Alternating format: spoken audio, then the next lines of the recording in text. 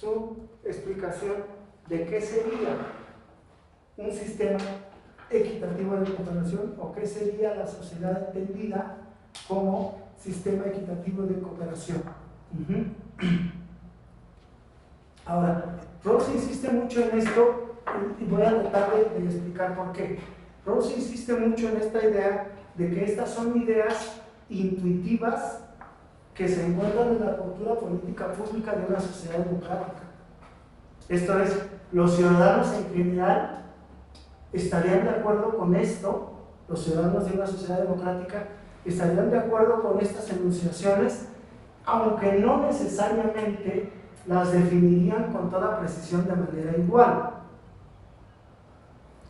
Pero sí estarían de acuerdo, según Rawls, intuitivamente los ciudadanos de una sociedad democrática en que la sociedad es un sistema de cooperación, que lo ideal es que sea una cooperación más o menos equitativa, que es bueno que seamos libres y que seamos iguales, la verdad, en todo eso estaríamos de acuerdo. Ya a la hora que tratamos de definir qué entiendes por ser libre o qué entiendes por ser igual, pueden surgir ligeras discrepancias, pero estaríamos de acuerdo en eso según Rawls, ¿no? ¿Por qué es importante para él esto?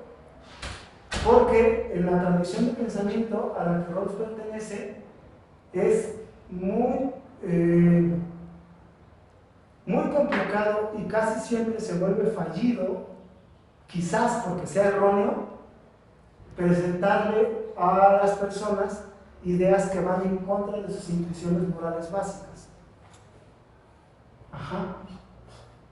Cuando de plano le presentas a alguien una idea que va muy en contra de sus ideas, de sus intuiciones morales básicas, vas a entrar en una labor muy fuerte de convencimiento. Entonces, se parte de lo que parece que creen para ir desarrollando la idea a la que yo quiero llegar. Esa es un poco la estrategia, ¿no? en este sentido. Aparte de que ese que parece que creen, normalmente, ¿cómo se llama? Efectivamente están ahí. Nada más que no están explicitadas, no están clarificadas, pero sí están ahí, esas ideas. Ese es un poco lo que está en juego. Ok. Dicho lo cual, vamos a ver lo que dice que son los rasgos esenciales de la cooperación social. El primero, la cooperación social es algo distinto de lo que es la mera actividad socialmente coordinada. ¿Por qué? Porque la actividad socialmente coordinada puede hacerse a base de órdenes dictadas por un centro indiscutible, ¿no? Por una autoridad absoluta de la cual no sabemos cuál es el origen de su legitimidad, ¿no? Y entonces estaríamos perdiendo la noción precisamente de equidad y de cooperación además, porque estaríamos coordinados, pero no necesariamente cooperando. Y también se estaría en el problema de la... Bueno, ahí lo puse el problema de la libertad positiva, ¿no? Exactamente, estaríamos en esa posibilidad de los problemas de la libertad positiva. Y entonces, por el contrario, dice Rawls que la cooperación social, en este sentido, está guiada por reglas y procedimientos públicamente reconocidos que los cooperantes aceptan como apropiados para regular su conducta. Entonces, la cooperación social exige, primero, reglas y procedimientos públicos y aceptables.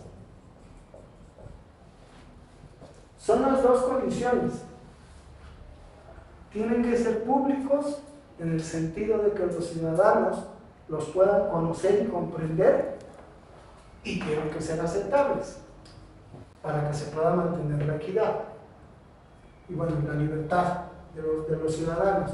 Por eso siempre es importante cuando están estos dos elementos, cuando se ponen dos elementos, darse cuenta bien del alcance de uno y de otro. Algo puede tener máxima publicidad y ser absolutamente inaceptable. Y algo puede ser aceptable, pero no ser público. Y por lo tanto no le podríamos otorgar la aceptabilidad porque no lo conocemos. No porque en sí mismo no sea aceptable, sino porque no sabemos qué es. Entonces, eso es, digamos, el punto. Fíjense, aquí, si algo no pasaría en esta primera característica, si algo no pasaría, es en que se le pida a los ciudadanos que confíen en que va a estar bien. No. Dime cómo va a ser. Dime cómo va a ser para ver si lo acepto o no. Porque si no, se rompe el principio de publicidad. Si tú confías en mí, ¿lo voy a hacer bien? No. Dime cómo. ¿Y con qué bases y con qué fundamentos? Porque si no nos salimos de esta lógica en la que nos estamos tratando de meter. Y ahora, la segunda es que la idea de cooperación incluye la idea de los términos equitativos de la cooperación. Esto es, son reglas y procedimientos hechas con base en términos equitativos de cooperación. Que aquí va a aparecer una de las nociones de que cada participante puede aceptar razonablemente términos equitativos razonables, que a su vez van a establecer o van a introducir una idea de reciprocidad. ¿Sí? Hay una cierta reciprocidad, ¿sí? Pero entonces las reglas y procedimientos tienen que ser públicos y aceptables, y los términos equitativos exigen que sean razonables para que de alguna manera el ciudadano pueda sentirse moralmente obligado a aceptarlos, en tanto que son razonables. Esa es un poco la idea que se va a desarrollar aquí en el siguiente párrafo. Pero porque vean precisamente el asunto, tiene que haber también una ventaja racional para las partes. Como vieron más adelante, es precisamente la diferencia entre racional y razonable.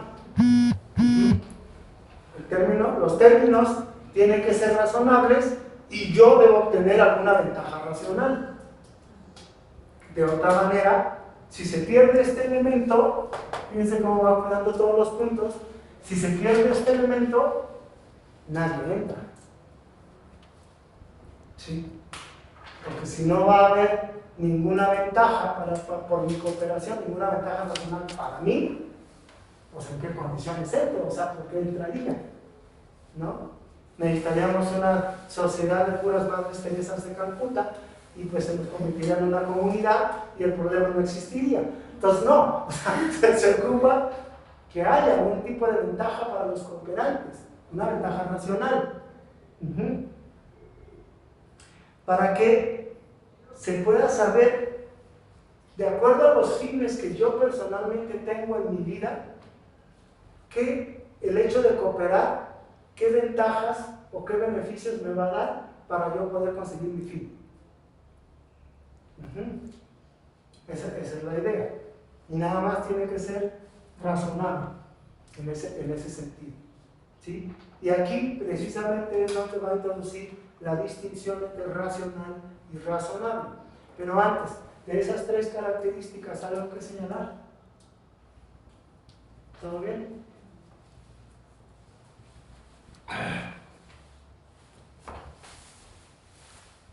¿Qué es lo razonable según Rawls?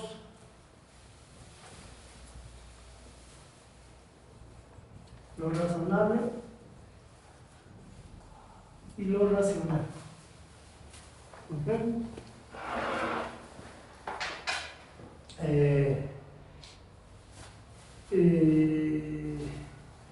Lo razonable, dice, es estar dispuesto a proponer o a reconocer, cuando son otros los que proponen, los principios necesarios para definir lo que todos pueden aceptar como términos equitativos de cooperación. Y además, ser razonable es también entender que se han de honrar esos principios aún a expensas de los propios intereses, si así lo exigen las circunstancias, siempre que los demás estén igualmente dispuestos a honrarlos. Entonces, la razonabilidad es fundamentalmente la capacidad moral de proponer y reconocer principios y de ajustarse a ellos. Esa es la razonabilidad. Es una capacidad moral de proponer y reconocer principios y acatarlos. Yo lo había puesto aquí como que no se apela a una igualdad partiendo de que todos somos iguales, o sea, tenemos los mismos fines y los mismos propuestos, sino que es apelando a una igualdad partiendo de que hay diferencias, pues hay distintas propuestas. De alguna manera se apela a una igualdad, pero también, sobre todo, se apela a efectivamente la capacidad de reconocer la validez de lo que me está proponiendo el otro, o de explicar por qué creo que es válido lo que propongo yo. Sí está de fondo una igualdad, pero sobre todo está este otro elemento, porque por eso Rawls dice que es irrazonable proponer principios teniendo en el fuero interno la clara intención de no respetarlos si no me conviene. No podríamos hacer acuerdos, pues. Sería muy difícil poder establecer acuerdos si yo propongo principios sabiendo que cuando no me convenga no los voy a cumplir. Entonces, efectivamente se apela a una igualdad, pero sobre todo se apela a esta capacidad de reconocer la validez del principio y su obligatoriedad una vez aceptada. En términos de otro tipo de lenguaje, por ejemplo, es lo que se llama lealtad democrática, ¿no? El asunto de, una vez que aceptamos las reglas del juego, hacemos el proceso, aceptamos el resultado, de modo, lo que haya salido. Eso sería lo razonable. Precisamente. O en los ejemplos más pedestres, ¿no? Es el caso de cuando una de las partes de una pareja dice, no, pues sí, te voy a hacer fiel para que estés conmigo y tal, y cada que puede lo violenta. Pues eso es completamente irrazonable. ¿Sí me explico? En todo caso, lo razonable sería decir, ¿sabes qué? Eso de ser fiel a mí no se me da. ¿Te parece o no te parece? Y pues ya vemos, ¿no? En ese sentido. Pero de la otra manera lo que estamos introduciendo es una distorsión. Porque fíjense, aquí sí es un asunto de la construcción de el yo poder esperar. Yo acato los principios porque espero que los otros lo hagan. De otra manera, si los otros no lo hacen, no solamente pierdo la ventaja racional, sino que se rompe la equidad. ¿Una sociedad conyugal sería una sociedad democrática? ¿Perdón? ¿Una sociedad conyugal sería una sociedad democrática o se basa? No, eso forma parte de una sociedad democrática, puede formar parte de una sociedad. Lo ponía como ejemplo para clarificarlo, ¿no? Porque luego es muy complicado, con esos ejemplos es más fácil porque luego es muy complicado cuando lo pensamos en términos sociales, ¿no? Yo, por ejemplo, cuando estaba en discusión la ley de salud que me prohíbe fumar aquí, ¿sí? Yo batallé para que no la aprobaran así, que yo quería seguir fumando en todas partes. Vale, pues ni modo, perdimos, no fumo donde está prohibido, se acabó. Ya, porque hacer lo otro sería ser irrazonable. Pues entré a la discusión y dije que íbamos a debatir y nos ganaron, pues nos ganaron, y ni modo, ahora nomás fumo en la calle, ¿no? o en mi casa, porque ya en estos espacios no se puede. Es un poco el mismo juego, ¿no? de la razonabilidad, en ese sentido. Y entonces, fíjense cómo el hecho de que yo diga que vamos a discutir y ya no se decidió que no se va a fumar en los salones, y yo cuando puedo lo hago, es irrazonable, pero no necesariamente irracional.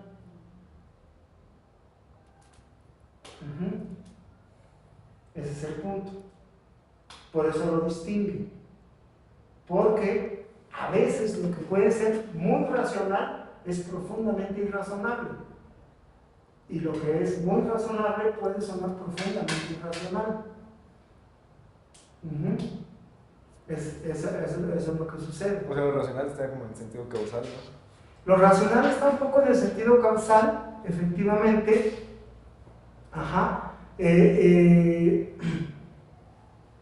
Porque lo racional es la capacidad de identificar fines y medios para obtenerlos. Eso es el racional. La capacidad que no es solamente moral de identificar fines y los medios para obtenerlos.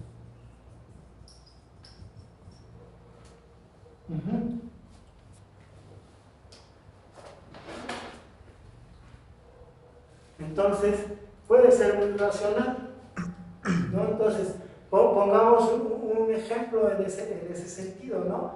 Piensen en un partido de fútbol, ¿no? Y un sujeto le mete un tremendo patadón al otro, ¿sí? Y pues obviamente lo expulsan. Lo razonable sería, pues ya me voy, ¿no? Pero voy a dejar en desventaja a mi equipo. Y entonces puede ser muy racional que yo se la haga de pedo a uno del equipo contrario, a ver si lo hago enojar lo suficiente para que me tire un golpe y lo expulsen también a él y volvamos a quedar parejos. Eso puede ser muy racional, pero es irrazonable. Ese es el asunto, ese es el juego. Por eso lo distingue, ¿sí? Y para ser socialmente equitativos en la cooperación ocupamos las dos. Para poder entrar a una sociedad como sistema equitativo de cooperación, como miembros de pleno derecho, se ocupan las dos.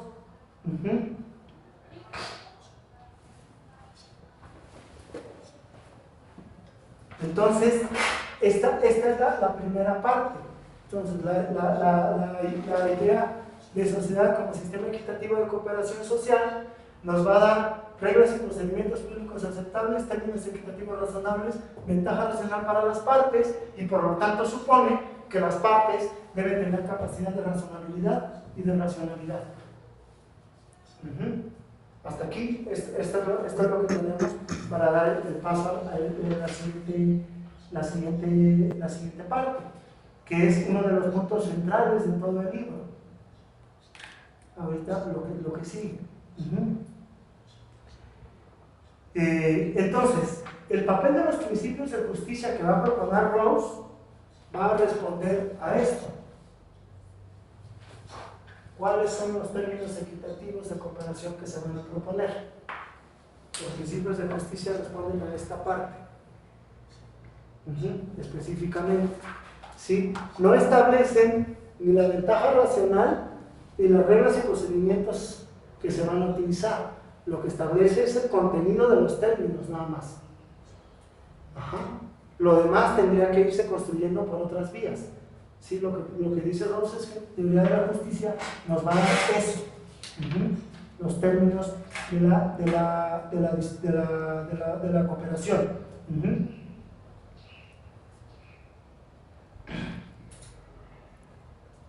Entonces, en ese sentido, voy a borrar.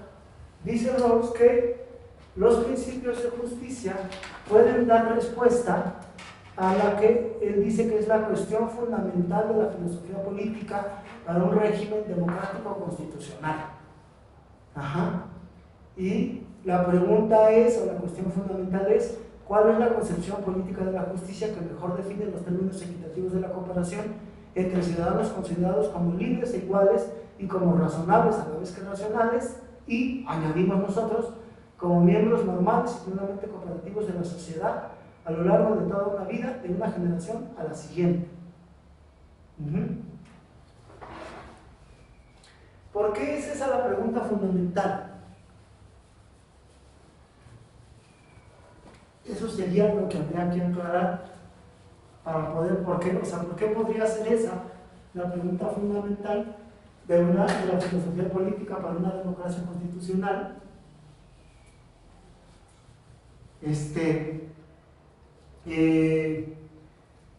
Para ver el carácter del intento. ¿Cuáles son los términos equitativos de cooperación? Es la pregunta.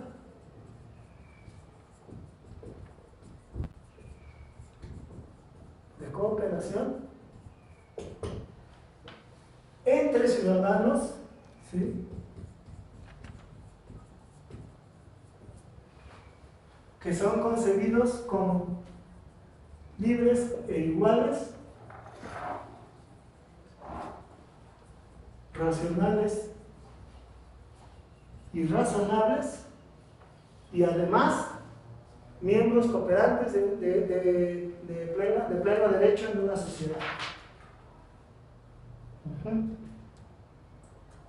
No sé si no haces esa pregunta, no tendría sentido como la democracia, pues ahí menciona que la compara con la monarquía o con otros tipos de gobiernos, y si no se tiene esta pregunta, pues como que no tiene sustento, pues la democracia se supone que tiene que tener sustento, o más bien es donde ahí parte la filosofía política de ese tipo de... Sí, sería una manera de plantearlo. A mí me parece que lo que está diciendo Rawls es que esta es la pregunta central. ¿Por qué? Porque finalmente una sociedad democrática tiene un gobierno, ¿sí? Un gobierno que se ejerce sobre las personas. Y se supone que si tenemos esto resuelto, tendríamos un fundamento político moral válido para la acción del gobierno. A diferencia de una monarquía de origen divino, que el fundamento se los da Dios, o a diferencia de una dictadura, que el fundamento se los da la pura fuerza, aquí el gobierno podría apelar a ver, estoy ejerciendo esta acción sobre ti porque estoy defendiendo los términos equitativos de cooperación que son la base de nuestra sociedad. Y entonces yo, razonablemente, tendría que aceptar la acción del gobierno.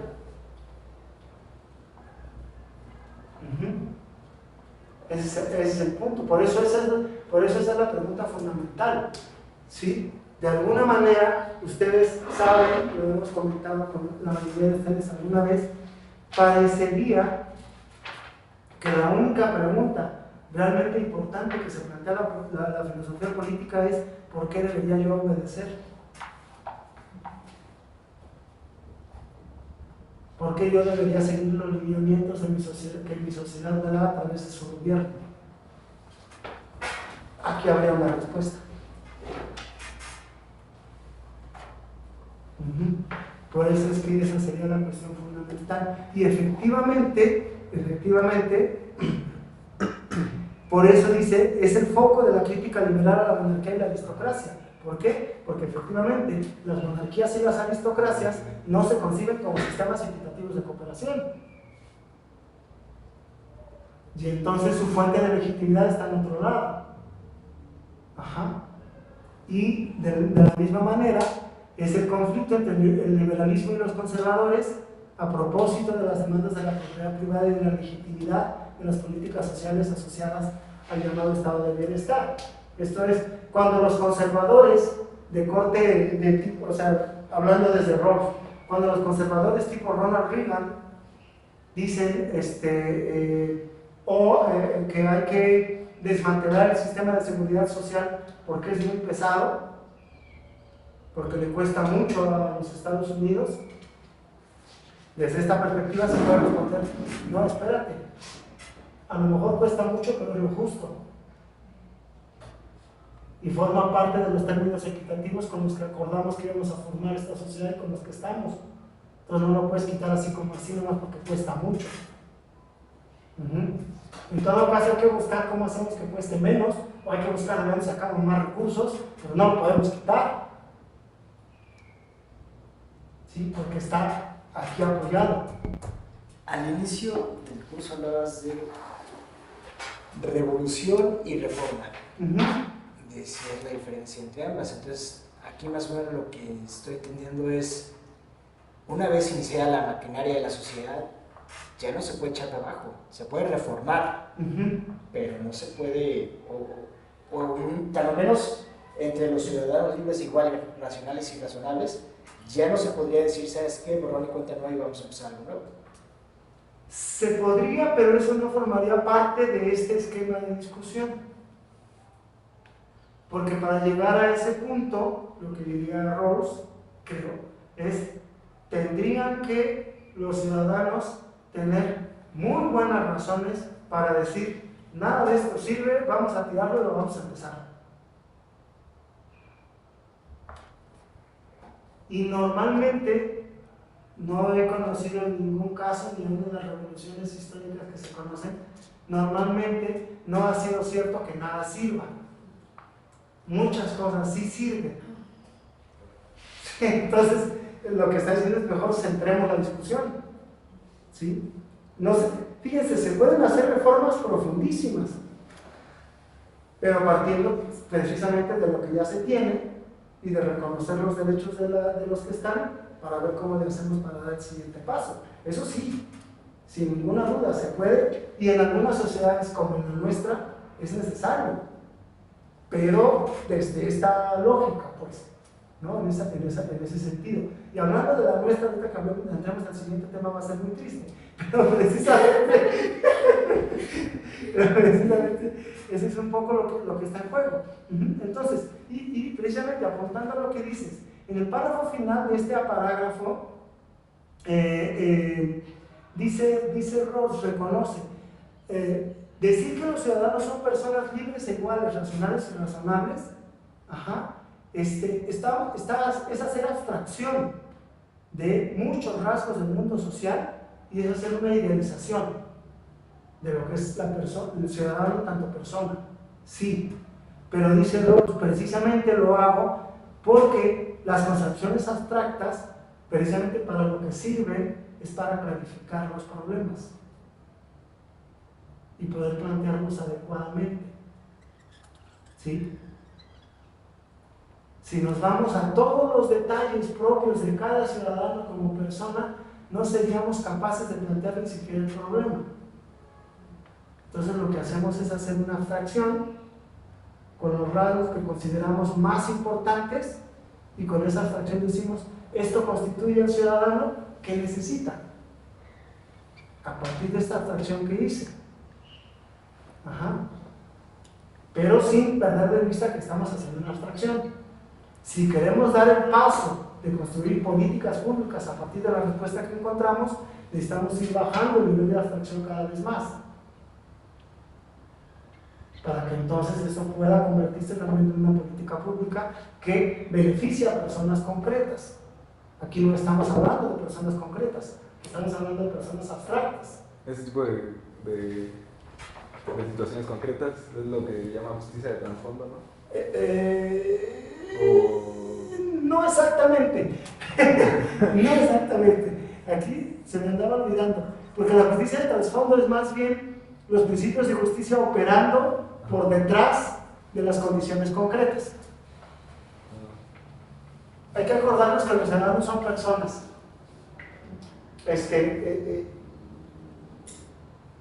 No es una cuestión menor, porque en ciertos sistemas se le ha otorgado ciudadanía a grupos o a instituciones. Y Rawls dice, no, los ciudadanos son personas. Y si lo ponemos en lenguaje fiscal, de hecho Rawls está hablando de personas físicas, ¿sí? Porque si no corremos riesgo, como pasó en Estados Unidos, en la crisis esta de... en la crisis que comenzó con Lehman Brothers, esta de 2008, esa, la de 2008, que los abogados de las empresas defendieron a las empresas como personas, en tanto que no son morales dentro del sistema fiscal. Entonces con eso sacaron unas ventajas completamente injustas, porque presentaron a una transnacional como si fuese una persona de carne y hueso como nosotros. Entonces por eso es importante la aclaración. No, son personas y personas físicas. Porque si no, se nos dispara esta argumentación y terminamos defendiendo lo que no queremos defender. No, y no se trata de eso.